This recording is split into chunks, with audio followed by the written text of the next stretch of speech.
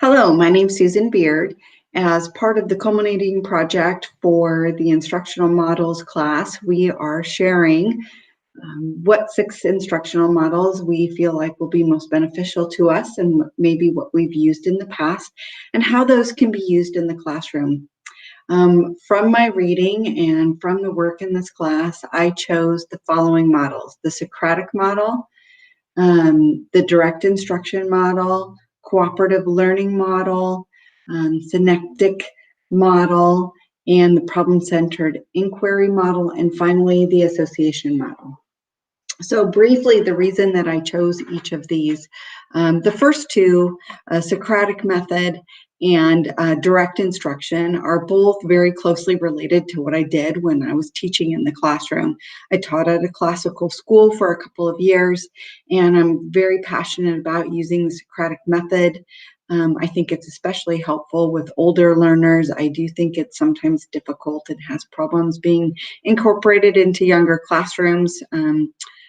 Because of the need to be authentic with our questioning styles.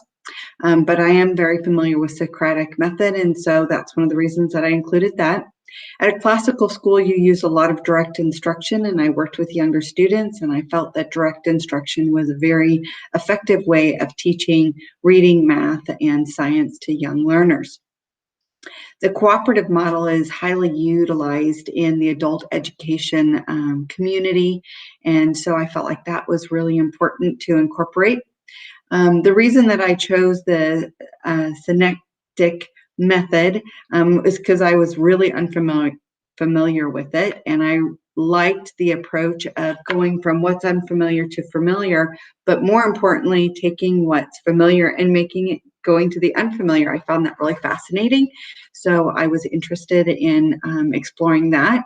The association model, I have to admit that that was new for me. The idea of using a lot of technology in the classroom has become more prevalent, and I think it will continue to be more prevalent in the classroom and gain in acceptance. And I think it's going to be something that teachers absolutely need to learn how to use technology in the classroom and how to teach their students to use technology in the classroom. And so that's one of the reasons that I chose that. And then the problem-centered inquiry model, I felt like as an adult learner and potentially going to be using adult learning, teaching from an andragogy perspective, that the problem-centered inquiry model is very adaptive for adult learners, and most adults come into learning opportunities because they are approaching that from a problem-centered approach. So I felt like that was really helpful. So here's what I learned in this class that I think is particularly useful. One, it's caused me to use more technology to do my preparation for this master's program, and that's giving me additional tools that I can use in my tool belt.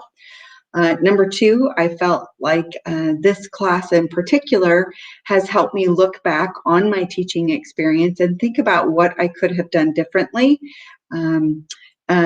And number three, I feel like having more tools in your tool belt by seeing what other people are doing in their classrooms, specifically by reading the blogs, has been especially helpful. And that's one of the reasons that my blog is attached to this website for people to refer and see what other ideas that I have. So I hope that you enjoy looking through the strategies and activities that I came up with, and I really appreciate your time. Have a great day.